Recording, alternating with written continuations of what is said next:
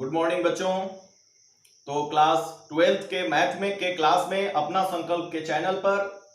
आज इंटीग्रेशन में, जिसके अंतर्गत डिफिनिट इंटीग्रेशन हम लोग पढ़ रहे हैं, उसमें एक्सरसाइज 7.11 में आगे के प्रश्नों को हम देखते हैं। आप यहाँ देख रहे होंगे कि लास्ट चैप्टर है और इम्पोर्टेंट चैप्टर है, और हम आपके लिए इस चैप्टर के प्रत्येक प्रश्नों को टच कर रहे हैं, प्रत्येक प्रश्न को आपको समझा रहे हैं। तो आप लोग पिछले क्लास में क्वेश्चन नंबर 9 तक पढ़े थे। आज इसका क्वेश्चन नंबर 10 देखिए। क्वेश्चन नंबर 10 कहता है इसका इंटीग्रेशन निकालना है 2 log sin x minus log sin 2x dx का, और लिमिट 0 से π/2 है। तो पहले हम sin 2x को तोड़ देंगे। sin 2x का जो फॉर्मूला है 2 sin x into cos x, तो sin 2x का फॉर्मूला लिखा हमने 2 sin x into cos x, और ये उसी प्रकार रह गया। और आप जानते हैं कि log m into n बराबर log m plus n होता है, यानी गुना में जब रहता है log में तो वो प्लस में जो है उसका विस्तार हो जाता है। तो यहां पर गुना में 2 sin x and cos x है, इसलिए सबको प्लस में लिखा जाएगा अलग अलग, यानी log 2 plus log sin x plus log cos x। तो इस प्रकार से इसको m गुना n वाले फॉर्मूला पर इसको तोड़ दिया गया है। अब आप इसमें से माइनस करेंगे तो यहां देखते हैं कि 2 log sin x है, और यहां पर माइनस साइन के साथ ये आएगा माइनस log sin x। तो 2 log sin x में से माइनस log sin x जब घटेगा तो 1 log sin x बचेगा, यानी यहां पर हुआ log sin x। फिर आया, ये आपको पहले लिख रहे हैं, ये माइनस log cos x होगा इस साइन के कारण, और यहां पर माइनस log 2 dx, इतना आपका बचेगा। अब जब हमको ये प्राप्त होगा फलन यहां पर इस रूप में, तब हम देखेंगे कि पीछे के प्रश्नों में हम देख चुके हैं कि log cos x वाला जो टर्म है वो sin x वाले टर्म में बदल जाता है। कब? जब 0 से a यानी π/2 माइनस थीटा वाले फॉर्म में रहेगा तब। तो हम यहां पर देखते हैं कि यहां लिमिट 0 से π/2 है, log cos x को हम निकाल रहे हैं इसका मान। तो आपका जो फॉर्मूला है कि 0 से a fx dx बराबर 0 से a log f a minus x dx। तो यहां पर a माइनस x वाला फॉर्मूला लगा है, जिस फॉर्मूला पर हमने पीछे बहुत सारे सवालों को भी हल किया है शुरुआती दौर में। तो आप इसी एक्सरसाइज के शुरू के प्रश्नों में, तो यहां पर आप देखते हैं कि 0 से π/2 log, और उस फॉर्मूला पर ये आ जाएगा cos π/2 minus x dx, a minus x, यहां पर जो आपका x था, और यहां पर लिमिट, यहां पर अपर लिमिट a है π/2, तो यहां π/2 माइनस x, और cos π/2 minus theta equal to sin theta होता है, तो ये log sin x dx में चेंज कर जाएगा। तो अब आपका दिया हुआ जो इंटीग्रेशन है वो क्या होगा, 0 से π/2 log sin x dx, और log cos x का वैल्यू भी log sin x dx आ गया, यानी इसके जगह पर भी हम लिखेंगे 0 से π/2 log sin x dx, और माइनस log 2, और dx जो है आपका इंटीग्रेशन निकालेंगे, क्योंकि log 2 कांस्टेंट राशि है तो वो बाहर रह जाएगा, और dx का केवल इंटीग्रेशन आपको निकालना है लिमिट 0 से π/2। तो ये दोनों पद आपस में कैंसिल हो जाएंगे, सेम पद है तो, और बचेगा आपको माइनस log 2 और dx का इंटीग्रेशन x और लिमिट 0 से π/2। तो एक बार अपर लिमिट मान रखेंगे तो π/2 और लोअर लिमिट 0, तो π/2 माइनस 0, यानी इसका मान आया π/2। तो π/2 से जब गुना होगा log 2 का, तो आपका आंसर होगा माइनस π/2 log 2। अब इसका नेक्स्ट क्वेश्चन देखिए, क्वेश्चन नंबर 11। यहां पर sin स्क्वायर x dx का इंटीग्रेशन आपको निकालना है। यहां पर लिमिट चेंज हो गया है, देखिए यहां पर लिमिट माइनस π/2 से π/2। तो आप इस प्रकार के प्रश्नों में, डिफिनिट इंटीग्रेशन के प्रश्नों में लिमिट पर विशेष ध्यान देंगे, क्योंकि लिमिट से आपको वह संकेत मिलता है कि किस प्रकार का फॉर्मूला आपको उपयोग में लाना है, और साथ में जो आपको प्रॉपर्टीज ऑफ डिफिनिट इंटीग्रल्स का जो फॉर्मूला लिखवाया गया है वो आपको हमेशा स्मरण रहना चाहिए कि आपको कौन सा फॉर्मूला कहां यूज करना है। तो यहां पर आप देखते हैं कि sin स्क्वायर माइनस x बराबर sin स्क्वायर x होता है। आप यहां पर यानी f माइनस x बराबर fx के रूप का यह फलन है, जिसको हमने आपको बतलाया था कि फलन सम कहलाता है जब माइनस x में फलन का मान निकालने पर fx के बराबर आ जाए। तो यहां पर x के जगह पर जब माइनस x रखते हैं, यानी f माइनस x का मान निकालते हैं, तो साइन माइनस एक्स का क्या वैल्यू होता है, साइन माइनस एक्स बराबर होता है माइनस साइन एक्स, और जब स्क्वायर करते हैं तो माइनस साइन एक्स का स्क्वायर होगा, तो माइनस का स्क्वायर भी होने पर क्या हो जाता है, प्लस हो जाएगा, यानी साइन स्क्वायर माइनस एक्स बराबर साइन स्क्वायर एक्स आपका आ जाता है, यानी कि फलन क्या है आपका, सम है। तो यहां पर लिखेंगे कि जब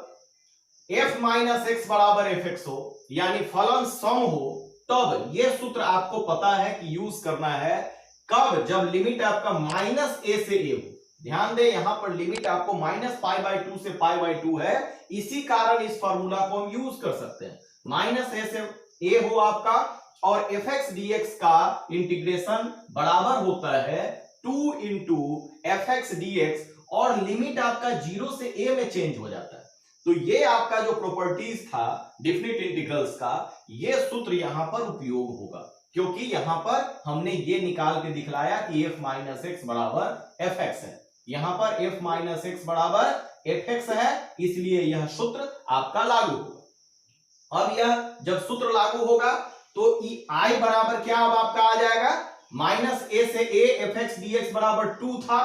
और एफ एक्स डी एक्स तो 2, और जो आपका फलन था वो सेम फलन रहेगा, केवल आपका लिमिट 0 से a यानी 0 से पाई बाई 2 में चेंज कर जाएगा। अब यहां पर देखेंगे, अब 0 से पाई बाई 2 में जाएगा तो जो फॉर्मूला था एफ ए माइनस एक्स वाला जो हम यूज कर रहे हैं पहले से, वही फॉर्मूला फिर लगाएंगे यहां पे। तो sine square pi by 2 minus x D x, इसको हम लिख सकते हैं कौन फॉर्मूला से, फॉर्मूला है 0 से a लिमिट रहे और एफ एक्स डी एक्स बराबर F A minus x D x. तो आप चाहें तो इस तरह का फॉर्मूला जब भी यूज हो तो आप ब्रैकेट में लिख भी सकते हैं उस फॉर्मूला को। तो ये आपका sine pi by 2 minus theta बराबर कॉस थीटा होता है, यानी आपका cos square x D x में चेंज कर जाएगा। तो हम देखते हैं कि sign square x D x और बराबर आपका आ जाता है cos square x D x के बराबर आ जाता है। तो आप 2i का मान निकालिए, यानी i प्लस आई। तो एक बार i का वैल्यू ये रखें, sign square x D x limit 0 से पाई बाई 2 और इंटू 2, और प्लस दूसरा बार में जो i का वैल्यू ये निकल के आया है इसको रखें 2 into integration cos square x D x limit 0 से पाई बाई 2। तो दोनों में 2 कॉमन हो जाएगा और लिमिट 0 से पाई बाई 2 रहेगा, sign square x plus cos square x आपका इसमें बचेगा dx, और sign square x cos square x का जो फॉर्मूला है वो क्या है, 1 है, आपको पता है sign square x plus cos square x बराबर 1। तो आपका क्या बच गया, केवल dx बच गया इंटीग्रेशन में, और dx का इंटीग्रेशन क्या होता है, x होता है। लिमिट क्या है, 0 से पाई बाई 2 है, तो आप अपर लिमिट रखेंगे तो x का मान pi by 2, minus lower limit रखेंगे तो 0, तो पाई बाई 2 माइनस 0, यानी यहां 2 इंटू पाई बाई 2 आएगा, 2 से 2 कैंसिल होगा, तो 2i बराबर आया आपका पाई। तो i का वैल्यू आपको कैलकुलेट करेंगे तो i बराबर होगा ये 2 पाई के बटा में जाएगा, यानी i बराबर पाई बाई 2 आपका आंसर होगा। अब इसका क्वेश्चन नंबर 12 देखिए, यह है i बराबर x बटा 1 plus sine x D x का इंटीग्रेशन निकालना है और लिमिट है 0 से पाई। तो आप जो फॉर्मूला सबसे ज्यादा उपयोग हुआ है इस चैप्टर में वही फॉर्मूला फिर यहां पर उपयोग करेंगे कि एफ एक्स डी एक्स का इंटीग्रेशन लिमिट 0 से a रहता है, तो आप लिमिट 0 से a F A minus x D x लिखते हैं। तो अभी तक इसमें आप 0 से पाई बाई 2 वाले लिमिट में उपयोग किए थे, अब यहां पर 0 से पाई वाले लिमिट में भी इसी फॉर्मूला का उपयोग कर रहे हैं। तो जहां जहां x रहेगा वहां पर a माइनस एक्स यानी पाई माइनस एक्स लिखना होगा, तो x के जगह पर पाई माइनस एक्स हुआ, और यहां पर भी x के जगह पर आप पाई माइनस एक्स लिखे, तो आपका ये पाई माइनस एक्स रहा और साइन पाई माइनस थीटा। तो आप ध्यान दें, फिर से आपको याद दिलाते हैं, इस तरह का बार बार आपको उपयोग होगा, और इनवर्स ट्रिगोनोमेट्रिकल रेशियो में इसका फॉर्मूला आप लोगों को हम समझाए थे विस्तार से, pi minus theta, pi plus theta, quadrant के हिसाब से। तो आपको याद होगा कि साइन पाई माइनस थीटा जो है सेकेंड क्वाड्रेंट में होता है, और सेकेंड क्वाड्रेंट में साइन पॉजिटिव होता है, इसलिए साइन पाई माइनस एक्स बराबर साइन एक्स के बराबर होता है। तो ये बराबर आपका इतना हुआ dx हुआ, और फिर आप 2i का मान निकालेंगे, यानी एक बार i का वैल्यू ये रखेंगे जो प्रश्न में आपका दिया गया था, अब प्लस दूसरे बार में जो ये आपका मान निकल के आया है जो i के बराबर ही है उसका वैल्यू रखेंगे। अब दोनों का वैल्यू रखते हैं, अभी तक क्या था, आप लोग पाई बाई 2 वाले में इसको रखते थे तो आप भिन्न का जोड़ करते थे, और उसमें साइन और कॉस वाला बहुत सारा सवाल आप लोग बना चुके हैं। यहां पर भी उसी तरह 2i का मान निकालेंगे और दोनों का फर्स्ट वाले और जो आपका सॉल्व होके आया सो दोनों का अलग अलग मान रखेंगे। तो आपका देखते हैं कि बेस सेम है यानी कि आधार सेम है, तो आपका 1 प्लस साइन एक्स जो है दोनों का लघुत्तम होगा डिनोमिनेटर, और ऊपर में अंश में आपका x plus pi minus x dx आपको सॉल्व होके आएगा। तो यहां पर x से x माइनस एक्स कैंसिल होगा, बचेगा पाई, पाई कांस्टेंट राशि है तो पाई आपका बाहर रह गया और ऊपर में आपका dx बचा और नीचे में 1 प्लस साइन एक्स हुआ। अब इसका इंटीग्रेशन हम लोग पहले भी बना चुके हैं, क्या करते थे कॉन्जुगेट से गुना करते हैं, 1 प्लस साइन एक्स को नीचे में भी 1 माइनस साइन एक्स और ऊपर में भी 1 माइनस साइन एक्स से गुना करते हैं। यह गुना करने पर और ये पाई आपका बाहर रह जाता है, ये गुना करने पर ऊपर तो 1 माइनस साइन एक्स रहेगा, नीचे में a प्लस बी और a माइनस बी के फॉर्मूला पर जो आएगा वो होगा a square minus b square यानी 1 minus sine square x dx। अब हमको पता है कि 1 माइनस साइन स्क्वायर थीटा बराबर होता है कॉस स्क्वायर थीटा, तो इसकी जगह पर हर में आपका कॉस स्क्वायर एक्स आ गया, और जब कॉस स्क्वायर एक्स आ जाएगा तब देखते हैं कि हम अलग अलग करेंगे तो इसका इंटीग्रेशन का फॉर्मूला आपको पता है, यानी एक बार 1 के बटा में कॉस स्क्वायर एक्स करने पर आपको आएगा सेक स्क्वायर एक्स dx, और माइनस दूसरे बार में इसके साइन एक्स के बटा में कॉस स्क्वायर एक्स रहेगा, तो उसको कैसे लिखते हैं,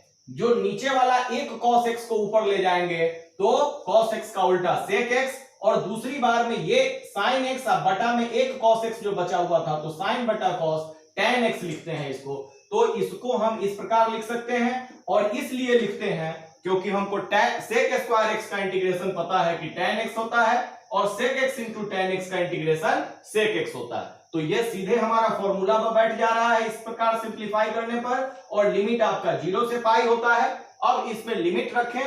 पहली बार में tan x में रख रहे हैं लिमिट का वैल्यू, तो upper limit tan pi minus lower limit tan 0, minus का चिन्ह के साथ फिर इसमें अपर लिमिट सेक पाई माइनस सेक 0। तो tan 0 का मान आपको पता है कि 0 डिग्री होता है, तो आप पाई में जोड़िए या घटाइए आपका tan पाई का मान 0 होगा, तो इसका भी मान 0 और इसका भी मान 0 होगा माइनस। अब सेक पाई का वैल्यू कैसे निकालेंगे, देखिए सेक पाई बराबर होगा सेक पाई माइनस 0 लिख सकते हैं हम इसको, और ये सेकेंड क्वाड्रेंट में होगा पाई माइनस थीटा, तो आपका सेकेंड क्वाड्रेंट में साइन प्लस होता है यानी सेक वाला माइनस होगा तो माइनस सेक 0, और सेक 0 का वैल्यू होता है सेक कॉस का उल्टा होता है, कॉस 0 का मान 1 तो कॉस सेक 0 का भी मान 1, तो यहां पर -1 सेक पाई का मान आएगा, तो सेक पाई का मान -1। यहां पर हम देखते हैं सेक 0 का मान 1 था, तो यहां पर भी सेक 0 के जगह पर 1 रखेंगे, तो ये तो आपका 0 आता है, यहां पर -1 मिलके -2, और इसके आगे जो माइनस लगा हुआ है वो इसको +2 बना देगा, तो 2 इंटू पाई बराबर 2 पाई आता है, और 2i बराबर 2 पाई, इसलिए आपको i का मान निकालने पर 2 से 2 कट जाएगा यानी i बराबर पाई आंसर होगा। अब इसका प्रश्न संख्या 13 देखिए, यहां पर है इंटीग्रेशन साइन 7x dx और लिमिट है -π/2 से π/2, तब आप फिर जो है वही फॉर्मूला यूज करेंगे -a से a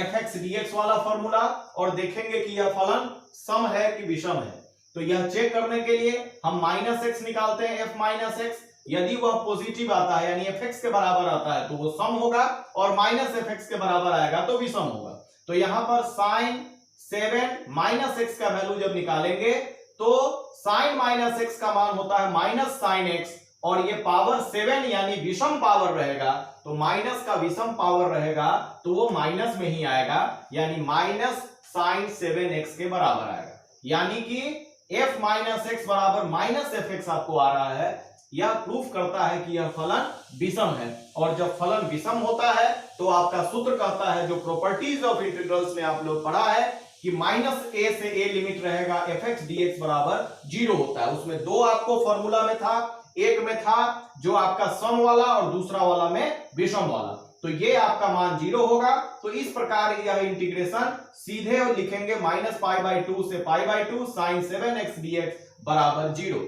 ऐसा सवाल आपको ऑब्जेक्टिव में भी खूब पूछा जाता है, इसलिए इस तरह का सवाल का आपका रिवीजन रहना चाहिए, आपको ऑब्जेक्टिव में भी ऐसे सवाल आपको पूछे जा सकते हैं। अब क्वेश्चन नंबर 14 देखिए, यह भी एक नया तरह का प्रश्न है जिसमें एक नया प्रॉपर्टीज का यूज होगा। यहां पर है cos 5x dx का इंटीग्रेशन निकालना है और लिमिट 0 से 2 पाई।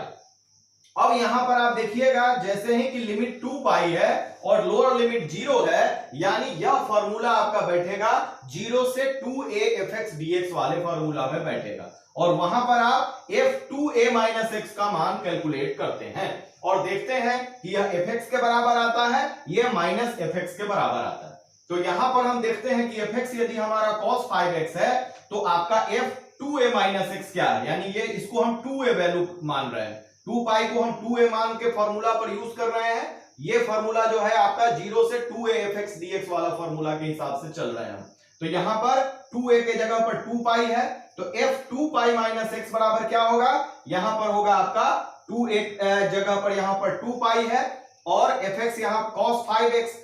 x है तो आपका cos 5 और x के जगह पर 2a माइनस x यानी 2 पाई माइनस x होगा और 2 पाई माइनस थीटा आपका फोर्थ क्वाड्रेंट में है और फोर्थ क्वाड्रेंट में cos पॉजिटिव होता है, यानी cos 2 पाई माइनस थीटा बराबर cos थीटा के बराबर होता है, यानी आपको cos 5x आपका आ जाएगा। तो आपका 2a minus x f2a minus x बराबर आपको क्या आ रहा है, fx के बराबर आ रहा है, जितना था fx उतना ही के बराबर आ रहा है। इसलिए क्या आपका सूत्र होगा 2a माइनस x वाला में कि लिमिट यदि रहता है 0 से 2a fx dx बराबर होता है 0 से a लिमिट हो जाता है fx dx और 2 बाहर में आ जाता है। तो यहां पर i बराबर जो था वह i बराबर यहां 2 पाई जो यानी 2a जो था वो a हो जाएगा, यानी 2 पाई से a हो जाने का मतलब है यहां आधा, यानी पाई हो जाएगा लिमिट 0 से पाई, बाहर में 2 आएगा और fx dx उसी प्रकार cos 5x dx आ जाएगा। फिर पुनः इस फार्मूला का हम पुनः उपयोग करते हैं, कौन सा, 0 से 2a fx dx वाले फार्मूला का, और फिर से fx को हम cos 5x मानते हैं और 2a के जगह पर यहां पर पाई लेते हैं। तो f2a माइनस x बराबर क्या आएगा, तो cos 5 और पाई माइनस x, और cos पाई माइनस x यानी सेकेंड क्वाड्रेंट में cos का मान निगेटिव होता है, यानी माइनस cos x होगा और पावर 5 है तो माइनस cos 5x आएगा, यानी यहां माइनस fx आपको आ गया। तो जब इसी फॉर्मूला में जब f2a माइनस x बराबर माइनस x हो जाता है तब फॉर्मूला आपका क्या होता है, fx dx लिमिट 0 से 2a बराबर 0 होता है। तो इस फॉर्मूला में का पुनः प्रयोग करने पर i बराबर यहां क्या था आपका 2 इंटू इतना, और ये फॉर्मूला में 0 से 2a fx dx और ये आपका f2a माइनस x बराबर माइनस fx है, इसलिए इसका वैल्यू 0 होगा। तो इसका मान आपका 0 आ गया, तो 2 इंटू 0 यानी आपका इंटीग्रेशन 0 होगा। तो बच्चों इसी के साथ हम आज का वीडियो समाप्त करते हैं, लेकिन आपसे पुनः कहना है कि इस चैप्टर के सवालों को आप खुद से बार बार प्रैक्टिस करें ताकि यह सवाल आपको समझ में आ जाए, अच्छी तरह से समझ में आ जाए, और जब आपको ये प्रश्न परीक्षा में पूछे जा सकें तो आप बेहतर ढंग से कॉन्फिडेंस के साथ उन प्रश्नों का जवाब दे सकें। आज का वीडियो आपको अच्छा लगा तो जरूर इसे लाइक करें और अपने दोस्तों के बीच शेयर करें। धन्यवाद।